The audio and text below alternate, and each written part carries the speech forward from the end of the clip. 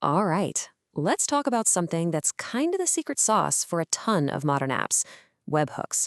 What are they? What problem do they solve? And why are they so important for how the web works today? Let's dive in. To really get this, let's start with an analogy we can all relate to. Picture this. You're waiting for a really important package to show up. You're excited, maybe a little impatient. What do? Now, would you call the delivery company every 5 minutes? Is it here yet? How about now? Is it here now? No way! That would be super annoying and a total waste of time. Well, in the software world, that constant nagging and checking, that's a real thing. It's called polling. And this is where the problem really hits. Every single one of those anything new questions, it costs something. It burns CPU cycles, it clogs up network bandwidth, and, this is a big one, it eats through your precious API rate limits. And 99% of the time, the answer is just nope, nothing new, but you've already paid the price for asking. Yeah, this whole thing creates what we could call the digital "are we there yet" problem. Sure, it technically works, but it's an incredibly inefficient and wasteful way for apps to communicate with each other. So, what's the smarter way? I mean, in the real world, you wouldn't keep calling, right? You just give them your number and say, hey, just shoot me a text when it's delivered. And that, right there, is the core idea behind a webhook. It's a much smarter way to get notified. So, at its heart, a webhook is just an automated message. One application sends it to another when a specific event happens.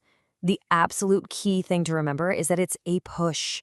Instead of your app constantly pulling for new info, the other service pushes that info to you the very instant it happens.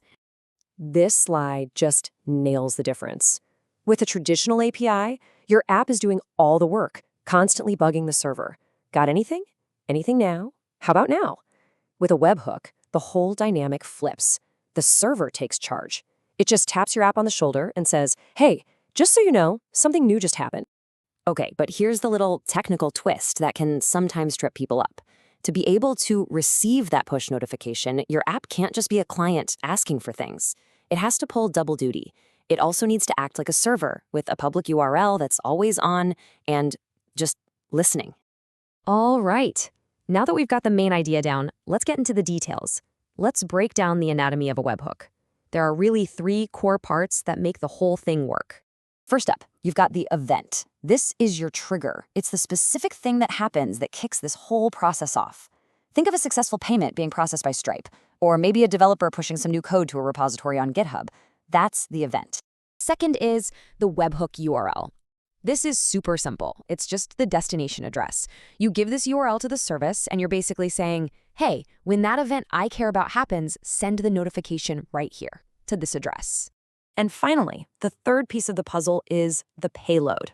This is the actual message itself. It contains all the juicy details about the event, usually packed up neatly in a format called JSON.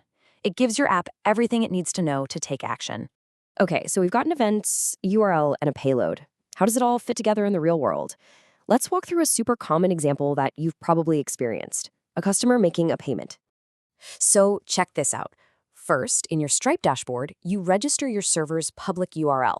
You're telling Stripe, hey, for the payment_succeeded event, send the info to this address. Okay, step 2. A customer buys something on your site. Bam! That's the event trigger. Instantly, Stripe bundles all that payment data into a JSON payload and sends it to your URL using what's called an HTTP post request. Finally, step 4. Your server catches it. It reads the payload, updates the order in your database to paid, and fires off a confirmation email. All of that happens automatically in real time. No more polling needed. This all sounds amazing, right? And it is. But there's some important fine print. When you're building a system that relies on webhooks, you have got to think about security and reliability. Okay, this is huge, so listen up. Your webhook URL is public. It's just an open door on the internet, and that means anyone, not just the service you trust, could try to send fake or malicious requests to it, and you can imagine the chaos that could cause. So how do you protect that door? You have to, and I mean have to, verify every single request that comes in. Luckily, most services help you out here. They'll include a special piece of data called a signature with each webhook. Your server's first job, before it does anything else, is to check that signature to prove the request is legit and hasn't been messed with. Now, beyond security, there are a couple of reliability gotchas to be aware of. Because of how the internet works, events can sometimes arrive out of order, and to guarantee delivery, a service might actually send the same event more than once. To handle those duplicates, you need to build what's called an idempotent system. I know, it's a fancy word, but the idea is actually simple.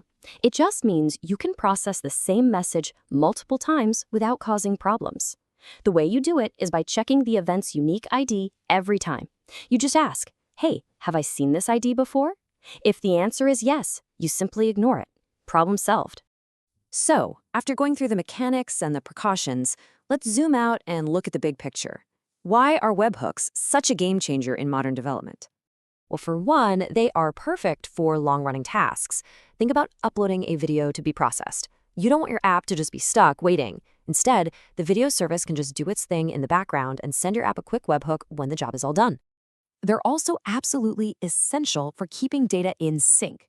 When an order status changes in your payment system, a webhook can instantly and automatically update the status in your shipping system and your inventory system, keeping everything perfectly aligned without any polling. And finally, webhooks are the backbone of modern automation and third-party integrations. A single push of code to GitHub can trigger a webhook that tells your deployment pipeline to automatically build, test, and release your app. Webhooks are the magic glue connecting all these powerful services. When you really think about it, webhooks are the secret, real-time language that allows all these different applications on the internet to communicate efficiently. They eliminate waste and they enable incredibly powerful automation. So now that you understand this language, the only question left is, what will you build with it?